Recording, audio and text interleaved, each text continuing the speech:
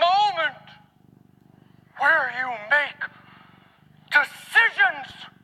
I couldn't be somebody to make the grades, to get a good job, to be somebody. Slowly and gradually, I realized it's about love. What to do in the moment, in the now. This is not time. This is eternal.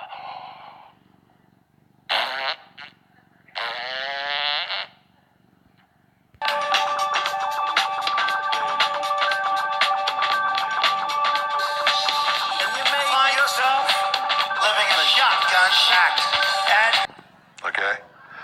Because there really are puppet masters. There really are controllers. There really are builders, but they're not engaged in building buildings. They're engaged in building people. Build the wall. We have no choice. We have no choice. We're going to build the wall. We have no choice. We have no choice. We're going to build the wall. We have no choice. We have no choice. We're going to build the wall. We have no choice. We have no choice. Build that wall. Build that wall. Build that wall. Build that wall. Build that wall. Build that wall. Build that wall.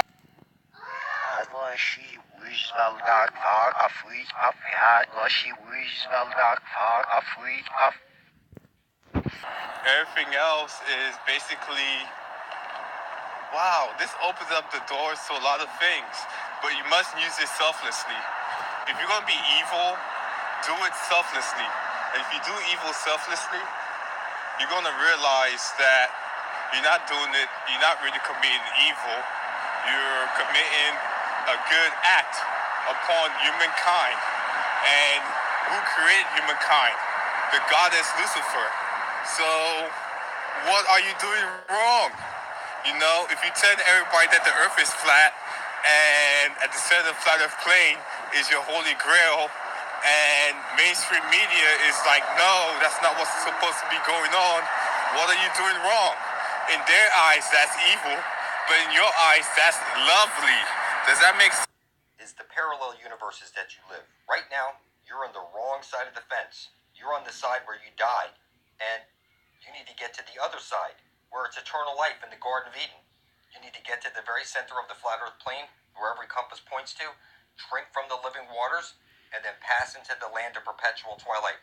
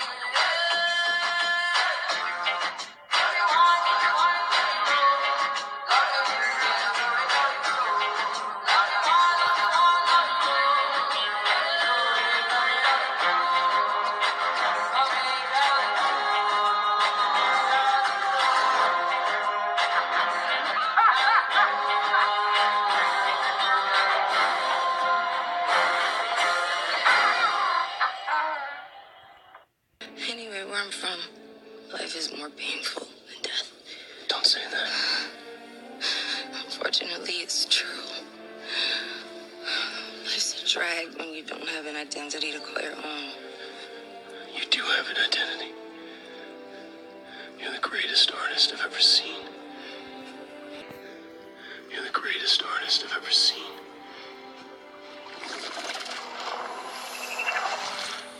I thank you. Like the squid, it moves quickly using jet propulsion, squirting water through a tube under its head. In the dark, this jet produces a sparkling trail that immediately reveals its position. The team hopes to find the giant squid with its bioluminescent trail.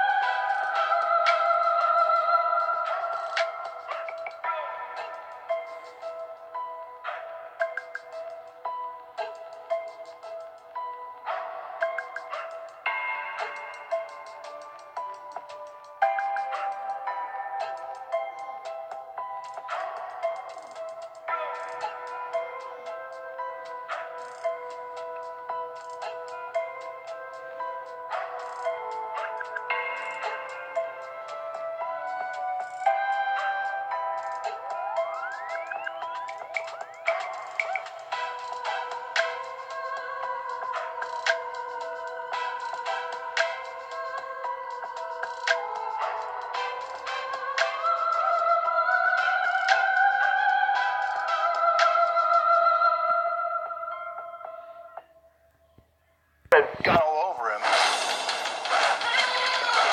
Powerful tentacles wrapped around Alex's head and neck as several squid fought for control. They started dragging him deep into the darkness below. Organism 46B was an enormous 33-foot-long, 14-tentacled squid-like creature which lived in Lake Vostok, a subglacial lake located under 2 miles of ice beneath Vostok Station in the Antarctic. The animal had limbs which were animate and aggressive even after amputation, could release a toxin into the water to immobilize its prey from a distance of up to 150 feet, displayed an astonishing degree of shape-shifting, and showed a considerable degree of both hostility and intelligence.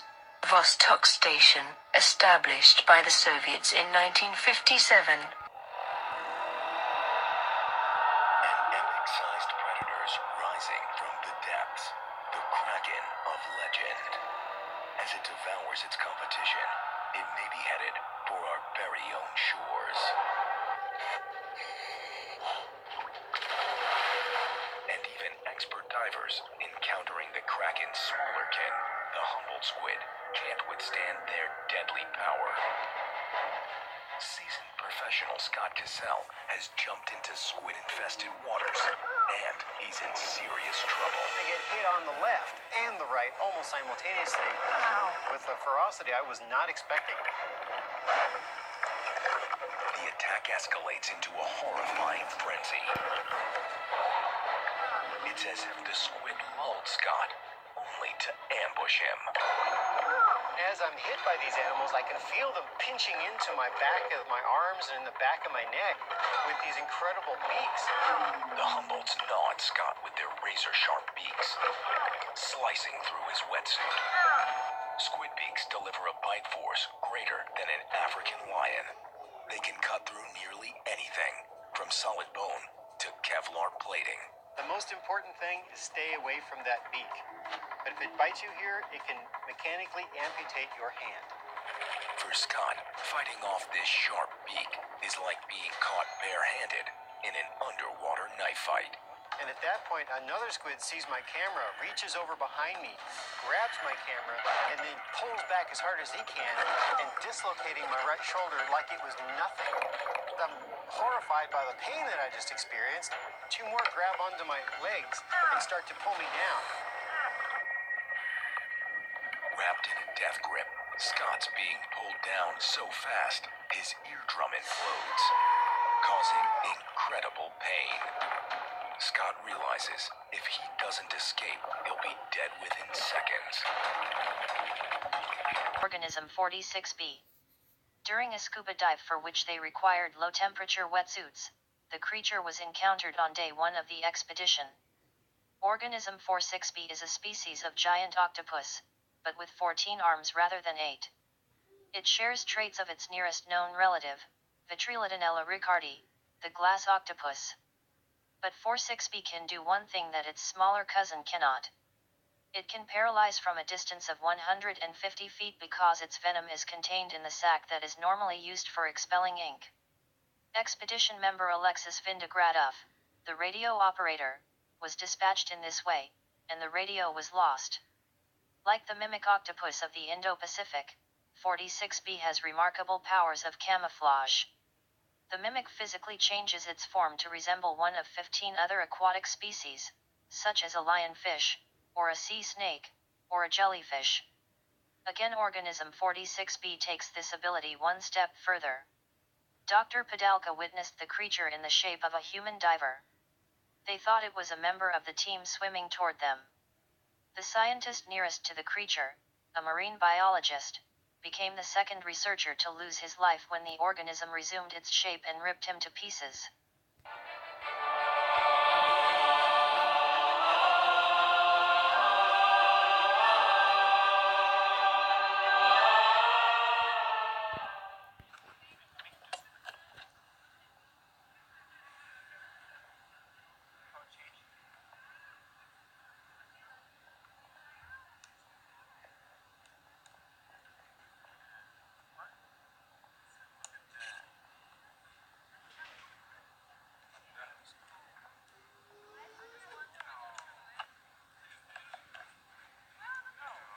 Changing colors.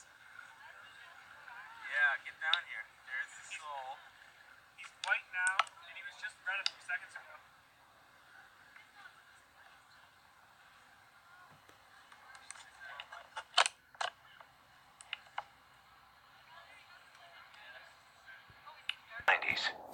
It looked like an octopus, but it could morph its shape in an instant to appear as seemingly any animal around it. At first, no one had any idea what it was. The first time I saw it, I just was blown away. You couldn't get a more spectacular animal. It really is the pinnacle of wizardry. Biologist Mark Norman was the first scientist to study this seemingly shapeless creature. He named it the mimic octopus. The mimic octopus makes itself look like a living, moving animal. So it pulls all its arms around behind its body and swims along like a poisonous flatfish called a banded sole. In other cases, if it's getting attacked, it puts 6 arms down a hole and raises the other 2 arms to look like a poisonous sea snake that has bands along its body. If that's not enough, it'll swim along looking like a poisonous lionfish with these banded arms looking like the banded spines that come off these very deadly fish. So far, 15 separate species are known to be in the mimic octopus act, and Norman is not always sure exactly what the mimic is doing. He observed this mimic scuttling along the sea bottom, looking something like a furry turkey with human legs. Sometimes it's hard when you watch a mimic octopus doing what it does to interpret what's going on. It's a bit like looking at ink spots in a psychiatrist's office going, I don't know what that is. It could be a piano, it could be a fridge. So you get 3 or 4 divers together and you'll argue all night trying to work out what we think it was mimicking. Where did nature's greatest actor come from? Largest known invertebrate in the world, as scientists estimate these squids to grow up to 46 feet in length. They have 3 hearts, bleed blue blood, and have the largest eyes of any creature in the world.